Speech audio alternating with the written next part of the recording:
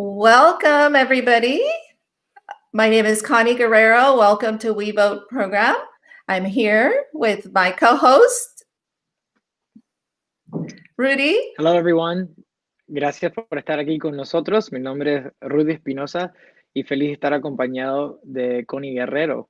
En este programa vamos a estar cubriendo varias cosas y básicamente vamos a tener invitados especiales que son funcionarios elegidos. Tenemos también expertos de ciertos temas y tal vez simplemente residentes que tienen ciertas opiniones que compartir con nosotros para darle la más información posible. Thank you, Rudy. So yes, welcome to our show. Rudy and I will be hosting a program once a week where we will be talking to different people around the peninsula, the Bay Area, like elected officials and local community members. And we're hoping to bring you some good information. So thank you for being with us tonight. Tonight, we do have a special guest that we will be talking to. That is Council Member Alicia Aguirre from District 7 in Redwood City. So we're going to be previewing a little bit of one of her videos, but we will be talking to her in a little bit. My name is Alicia Aguirre. I am your neighbor and your council member. My parents came to the U.S. and taught us the value of hard work and education. I am the proud daughter of immigrants, and because of my parents, I have truly lived the American dream.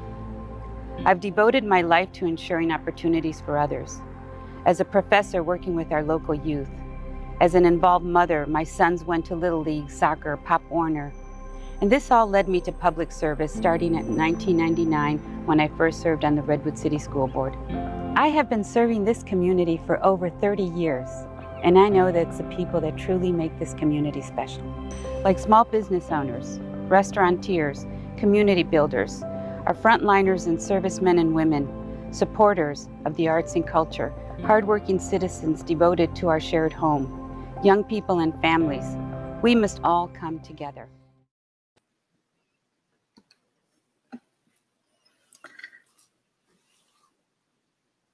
Wow, thank you for sharing that with us tonight. We're really excited to have Council Member Alicia Aguirre. She's someone who has served the Redwood City community for so many years. So thank you for joining us today. We have a couple things that we want to talk to you about. But is there anything you want to share with us before we get started? Welcome, Alicia. Thank you, Connie. Thank you, Rudy. It's an honor to be here today to talk to about the things that we've gone through as Latinos to get to where we are. I think that's so important. Both of you are role models as well, and I'm so proud to be part of this program today. So thank you for inviting me. So congratulations, Alicia, on your successful re-election. This was a very unusual year to campaign, and it is because of COVID, I'm sure it was really difficult, but it was also the first experience with district elections in Redwood City. Could you maybe tell us a little bit what you thought about this first experience with district elections? Yes, it was a challenge from the beginning because I live in the wrong district as a Latina. So it was a challenge in the sense that, you know, when I was elected, where we live didn't really matter. And we know that we are still serving citywide.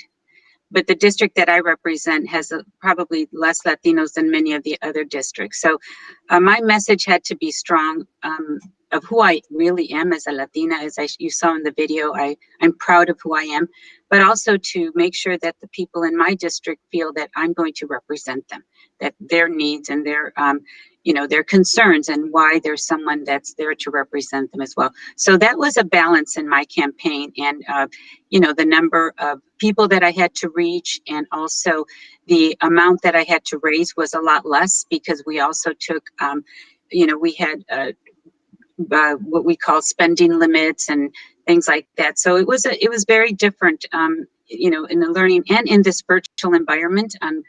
People feeling comfortable not opening the doors. How do you reach them by Zoom? There's a lot of folks that are seniors in my community, and how do I reach them as well? And as all the young people that are moving in too. So it was a different experience, but one that I really learned a lot about. Just this is the challenge. Now what do we do? Let's move forward and get our message out, which is the most important thing, right? Right, exactly. Yeah. So you talked about moving forward. So let's talk about what your plans are going forward. You have 4 years left. This is your final term. Can you tell us a little bit about some of the plans that you have for Redwood City, for like you say now represent your district, but also for the entire city of Redwood? What do you have for us in store? We do have 3 strategic goals that I was part of bringing forward, which are, housing, transportation, and children and youth. Those are our general city goals, as well as for me, and I put this on my website in my material, to me, the goal of equity that is really the umbrella to all of those is very, very important to me. What we're going through with the pandemic and looking at the numbers of especially Latinos in Redwood City. Redwood City is #1 right now in the county with COVID. Today, we just went back to purple. That says a lot. That is important. How do we keep our community safe? How do we keep Latinos in all districts in our community safe? Because those numbers are still moving forward, and they're moving between the 20 and 45-year-olds. So these are young people that are, more young people that are getting infected. So with those goals in mind, I think the first thing has to be safety, has to be making sure that we have the right materials and information for folks, and that, it's almost hard to convince because you hear about all the fiestas and the holidays are coming and everybody wants to get together and make tamales and do other things, but what do we need to do to keep our community safe and to really get that message across so that we can focus on housing and transportation and other issues that are important as well, and especially how hurt our communities are with the lack of equity and all the racial issues that have confronted our country and our city as well. Yes, very important that we do, send those messages to our community to make sure that, everybody's taking precautions, following, all the rules, and doing what they need to do to, ensure that, that our community is safe and that their families are safe. So thank you, Alicia, for having, focusing on that, having that be one of the priorities. I really appreciate that because it's very much needed, not only for the families, but also for the businesses, that are struggling. We have a lot of small businesses in Redwood City, downtown and throughout the city that have been struggling for so long, and I think that's such an important thing. Yeah, and it really, when I saw that today, that it really saddened me, and I thought of our small businesses, and it's like they're it's like going backwards again, and how creative they have been to try to move forward and to keep their businesses afloat. And then the whole issue that what I was just talking about, how COVID has affected a lot of not only Latinos, African Americans, Tongans in our community. And it's because they're all working at these businesses. They're all our essential workers. They're working and they're working a couple of jobs to, stay afloat with everything that's happened in pandemic. I Zoom with my students every week, and some of them are working in homes. They're nannies. They have to, go to work at the restaurants, at all of the places. So I realize, and they're living in a lot of them are living, 8 or 5 in a family in one room, and they're Zooming with kids and the others. So the challenges that we face have to do with equity too, and access. and, you know, making sure that they have opportunities to be able to work and through Zoom or when they have to work out of the house. So those are all the things that we have to balance and, you know, in our communities that I see as a challenge. Yeah, what can a small business owner do through these challenging times? Specifically, one in Redwood City. Are there any specific resources that we can help guide our business people to, and say, hey, like this is who you can reach out to. These are the organizations that are out there. Is there any advice that you have for these small business owners, Alicia? Yes, I know that there are going to be some other laws that are going to be passed to protect them. We're looking at some of that money running out, but looking at more federal stimulus and applying. And I know that we work really hard to make sure that, you know, all the businesses that, you know, that I'm thinking of all the business both in our Spanish speaking community as well as, you know, the businesses in our downtown. And we have some pretty great programs that have done a lot of loans. Now we're looking at loans that are going to be forgiven by landlords for their mortgages, so that if they weren't able to get the rent from their business, either their building or their, whether it's a business building or residential, that they're not suffering. And we do have programs like SAMCIDA and others that are struggling to find all of the resources that are state, federal, and local to move forward. And San Mateo has done a great job with San Mateo San Mateo County Strong, to making sure that that these businesses, these folks, and in all of the aspects are getting the resources. And we know that, and you know, many businesses have just gone under. They just couldn't make it. The ones that are still there, we're trying to support them, trying to make sure that, you know, tomorrow, today was, you know, Small Business Saturday, right? And that's what we're trying to continue to promote, even though it might be online, right? Because people now, we can't really go out and do all the shopping that we normally used to do. So how do we support them? And I think there's a lot of great programs that we can offer in our county for businesses that are looking for that, both in English and in Spanish. Great, Alicia. Thank you for that. And Rudy and I hope to be able to bring resources to our community, and that's why we have this program where we bring some of the elected officials, but we also will be discussing some of the resources that are in our community for community members and businesses. I do know that, when COVID started, there were a lot of different organizations and nonprofits and businesses that were pushing and trying to put resources together, and SAMCIDA and a lot of different organizations. So I'm, thankful for being in such a great community, right, where we all work together to bring resources for people. Right. Because of housing insecurity and food insecurity, those are big. I'm so proud of how we're feeding our folks in our community every week with all the food distributions in Redwood City, and also the meals being delivered to seniors in our community. Those are the vulnerable populations that we have to continue to at least feed, and find how we're housing folks that are homeless, that are in RVs, with the new safe parking program that we're working on. So we have a lot of things in process, but a lot more still needs to be done. And especially if this pandemic continues to hit us as hard, we're looking at another year or more of being able, until the vaccine comes and until we can all get it and we're all willing to take it, then, and I'm first one, I'm ready to go. I'll get the first vaccine, I'm okay. Because I think that we need to be safe, right? And we can't do it, and we know we can't get our kids back to school, which is so hard for parents, our daycares and things like that. So there isn't one thing, it all, it's everything that a city has to do, but it's everything that a community and society has to do, right? We really have to take care of each other. Right, we definitely do have to take care of each other. Yeah, I'm getting really worried for December 31st coming so quickly. There's so many people that may find themselves homeless.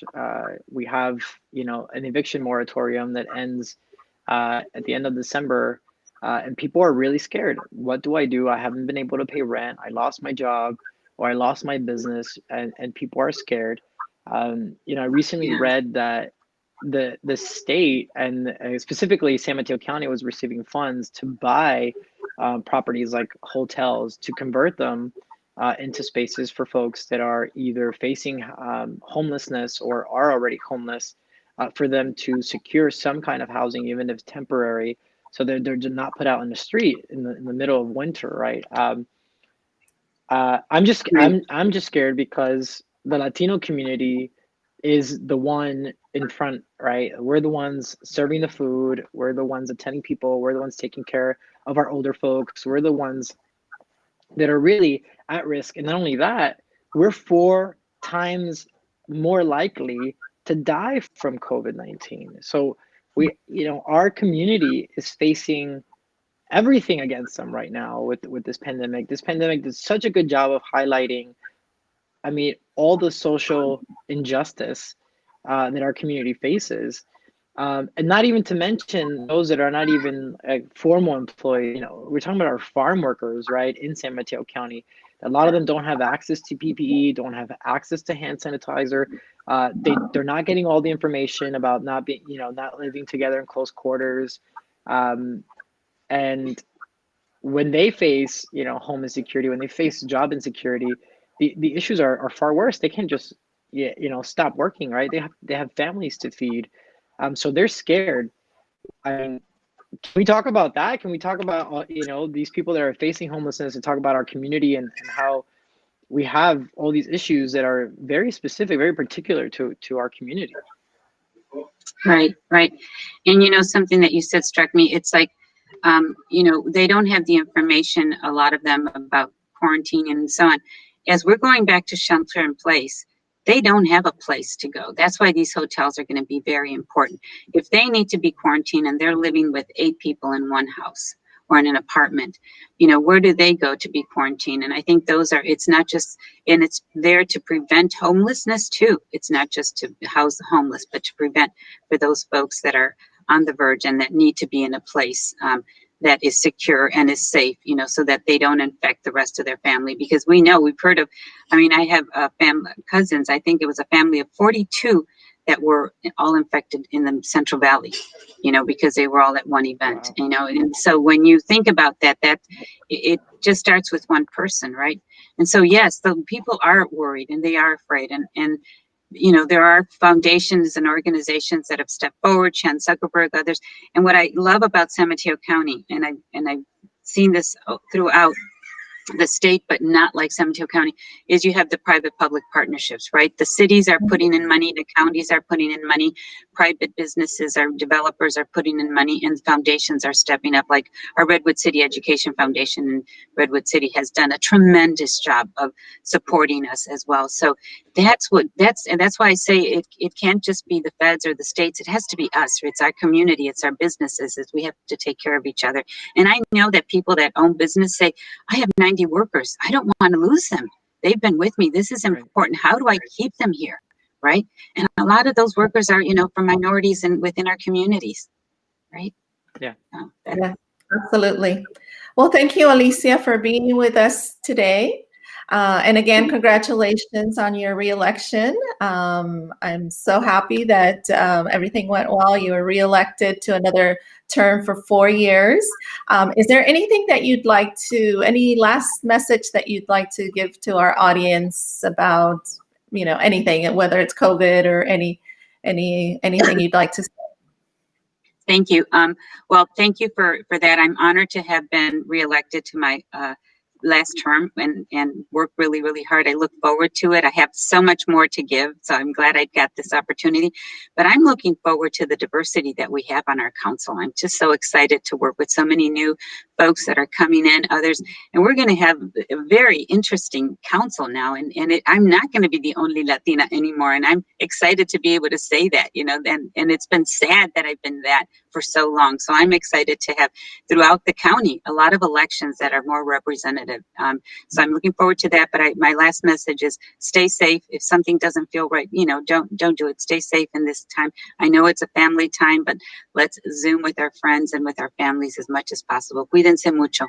Muchas gracias. Alicia. Gracias, Concejala Alicia Aguirre. Thank you, Council Member Alicia Aguirre, for being with us tonight.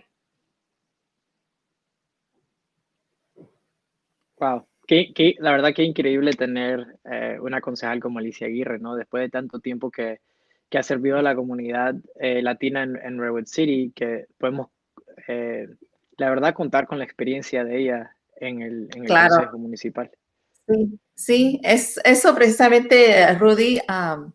ella tiene mucha experiencia. No sé si te había platicado antes, pero tiene mucha experiencia. Ella, yo la conozco desde hace muchos años, regionalmente, o sea, no nomás en la ciudad, pero regionalmente en diferentes organizaciones que yo sé que ella ha trabajado um, en diferentes temas, right? Different topics and different things that she's had to work on regionally, not just locally. So for me, you know, she's somebody that, you know, has all this experience, and, you know, what great leadership we have in Alicia on council in Redwood City. That's just great. Yeah. And honestly, I think one of the things that really had me excited about her running again and getting elected, of course, the fact that she's a Latina woman, right? And she was for a long time the only representation Redwood City had, Right. with 40% of the population being Latino, Latinx. She was the only one, and now that's changed. I think that districting. I think we can conclude that districting works, especially in a city like Redwood City, with so much diversity. Now we have, you know, an African American council member. We have an API member. We have now two. A Latina and a non-binary Latinx, person on the board, right? Like Latinx.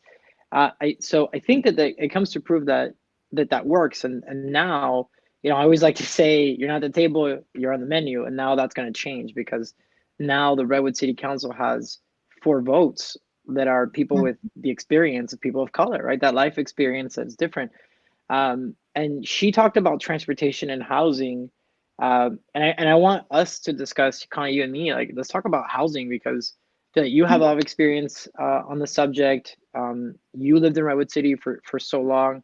You know, I've only been in Redwood City for a couple of years, and I have experienced in this short of time as a renter the risks that come with housing. You know, like, I lost my job a couple months ago, and it because housing is expensive. You know, probably, you know, I was paying a good percentage of my pay for housing. I can't imagine all those people now that are either have not been able to find work, the people that lost their business. We have farm workers that don't know what to do because they need to work, and if they don't work, they lose their, you know, a lot of times they have housing on the farm, right? So all those things come together. I don't know, Connie, what do you think? What are your thoughts on all that? What are my thoughts? Mira, en inglés o en español te lo voy a decir en español. Viviendas es bien difícil, ¿verdad? Es bien difícil porque vivimos en un área que carísima, ¿verdad? Difícil para las familias de vivir aquí. Yo tengo mi hija que vive lejos de mí, 2 hijos que viven conmigo. Entonces, sí, tengo la suerte de que estoy trabajando y que no he dejado de trabajar durante este tiempo de COVID, ¿verdad? Pero sí, ya me imagino las familias que no tienen trabajo, que se han tenido que mover y vivir juntos, tal vez, o mover del área, o sea, porque pues ya no pueden mantener su casa donde vivían, o tienen que vivir con familiares. Entonces, eso es lo difícil de la situación, ¿verdad? Una de las cosas que son difíciles de esta situación. Entonces, sí, Rudy, me encantaría poder encontrar recursos, pues, darles recursos, como dijimos con Alicia, a la comunidad, para que ellos sepan que dónde pueden ir, ¿verdad? Como hay muchas organizaciones que están trabajando en las viviendas, como en Hip Housing, o no recuerdo ahorita, pero los diferentes nombres. Entonces, tal vez eso podemos trabajar también, en ver las diferentes organizaciones que están trabajando. Y aquí en la página de Peninsula 360 o WeVote podemos darles a las personas la información para que ellas tengan esos detalles también. Pero sí, muy interesante, Alicia, todo lo que está trabajando ella. Se ve que realmente tiene mucho en mente para tratar de ayudar a la comunidad a salir de esto de COVID, bueno, localmente, ¿verdad? Lo que se puede hacer aquí localmente.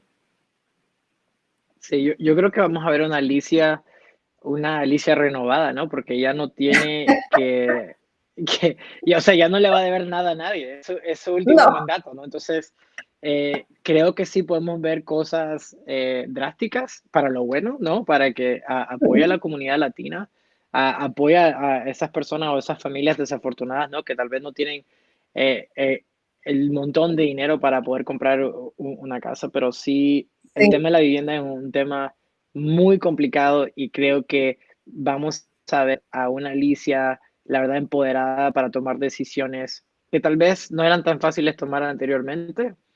Tenemos a un consejo nuevo que creo que es mucho más progresista que hemos visto anteriormente en cuanto al tema de la sí, vivienda. Ah, así que esa parte me da mucha felicidad de ver cómo vamos a poder cambiar la ciudad en los próximos 4 años, también teniendo la experiencia como alguien como Alicia, que tiene las relaciones en el consejo ahorita, más las personas nuevas. Yo la veo allá como el puente entre los grupos diversos, ¿no? Dentro del consejo. Y la verdad que va a ser para lo bueno sí, de la comunidad latina en Redwood City. sí, Porque sí hay muchas cosas. Y también hablando del tema de los recursos, el condado también tiene varios recursos. Si las personas que nos están sí. escuchando, si pueden ir a la página del condado de San Mateo County, la página es bilingüe y tienen recursos particularmente de vivienda y fondos para personas que no son documentadas, personas que tal vez se han quedado sin salud. El condado sí tiene opciones para ustedes. Así que si no lo encuentran a través de organizaciones sin fines de lucro, o pueden ir al condado y buscar recursos a esa forma. Yo creo que tenés toda la razón, Connie. Tenemos que nosotros juntar esos recursos para que las personas que nos están viendo puedan ir a una página y encontrarnos si tienen alguna necesidad en temas de vivienda, en temas de desempleo, en temas de COVID, ¿no? Poder saber a dónde ir y recurrir para la ayuda. Sí, así es ahorita, especialmente ahorita que es tan importante pues para las personas tratar de ayudarles en diferentes maneras, ¿verdad? Pero sí, muy interesante la entrevista con Alicia, especialmente porque pues ella estaba, como dijo, pues en un distrito muy blanco, ¿verdad? Y ella es latina, entonces Sí, ella ha estado tanto tiempo en el consejo que siempre ha apoyado a la comunidad latina, ha apoyado a todo Redwood City, no solamente a la comunidad latina, pero ha trabajado muy duro por toda la ciudad, pero en este distrito donde ella está, hay muy a bajo porcentaje de latinos, pero de todos modos, qué bueno que todo quedó bien y ella salió pues ganando su elección y la felicitamos otra vez. la verdad que sí, sí, muchas felicitaciones a Alicia. Yo creo que ya nos quedamos sin tiempo. Connie, me encantó tener esta conversación con vos y espero, la Igual, verdad, tener Rudy. muchas conversaciones sobre los temas que nos interesan, ¿no? Y que les importa a nuestra comunidad, Así es. hispanohablantes, tal vez lo que no hablan inglés, siempre encuentren con nosotros. Cualquier cosa, siempre está Península 360, que va a estar brindándole la información y a través de ese canal poder proveerle todo lo necesario, ¿no? En cuanto a los recursos. Así que muchísimas gracias, Connie. Un gustazo de verte. Gracias, Rudy, por estar aquí. Gracias a todos por vernos. Y nos vemos para la próxima semana, ¿verdad? Tenemos otro invitado que va a estar con nosotros, el concejal Ah, Michael Smith, cierto. sí, del Exacto. distrito 4, ¿verdad? De Sí, Redwood sí, sí, City. la Así verdad que es que sí. aquí nos vemos. Sí, ese es mi distrito. Dale, aquí nos vemos. Muy Chao, bien. Connie. Chao a Chao. todos.